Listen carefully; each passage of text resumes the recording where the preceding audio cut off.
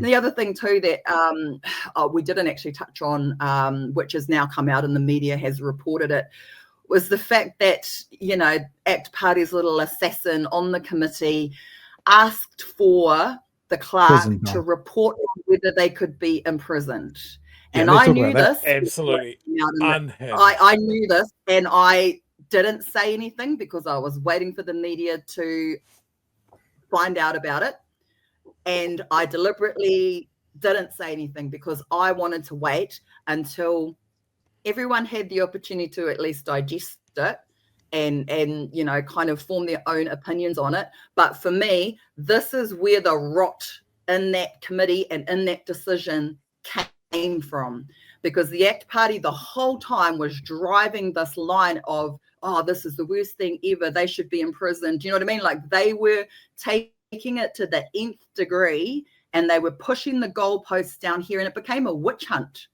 And they dragged the rest of them along with them. They were willing participants, to be fair, but it became, it started from a place where it should have been a fair process, and there should have been, myself and Chris Finlayson presenting the other side as strongly as possible. But instead what we had was people saying, can we put them in jail?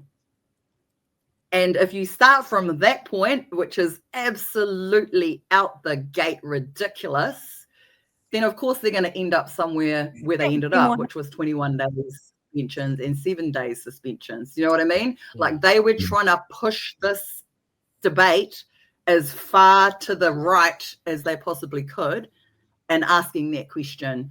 And I'm not going to buy into their little race party that they're trying to incite in terms of that. I'm not going to do that at all.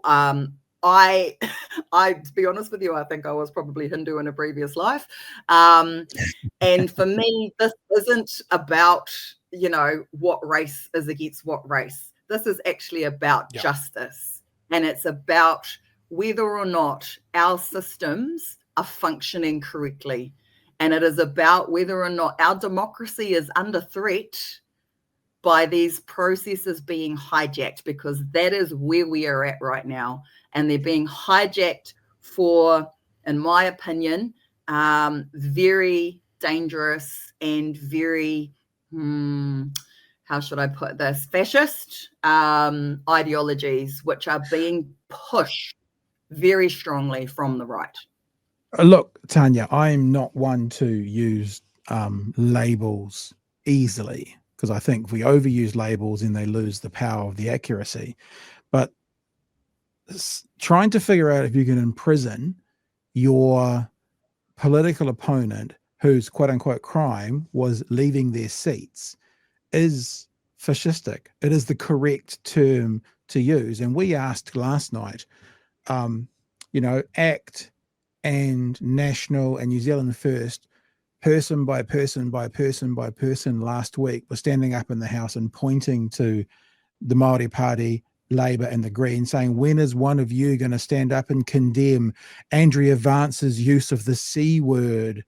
And I'm just wanting to ask all those people who are pointing their fingers, when are you guys going to stand up and condemn that one of the people on your team investigated jailing your fellow MPs for getting out of their seats?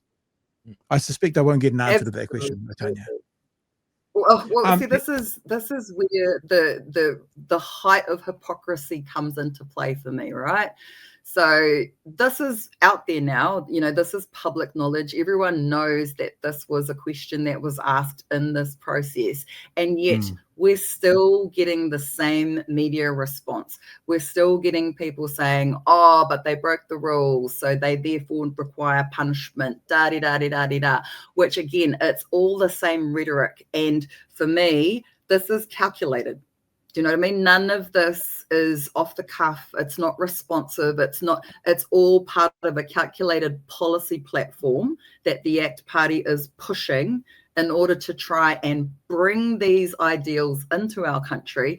And then the regulatory standards bill, which is a good little segue into that, some of the powers in that bill that it will give to David Seymour and his brand new ministry are of the same vein. The information gathering powers are extremely worrisome and concerning in terms of their breadth and their scope. And we said in our closing submissions in the Waitangi Tribunal last week that this is the introduction of fascism.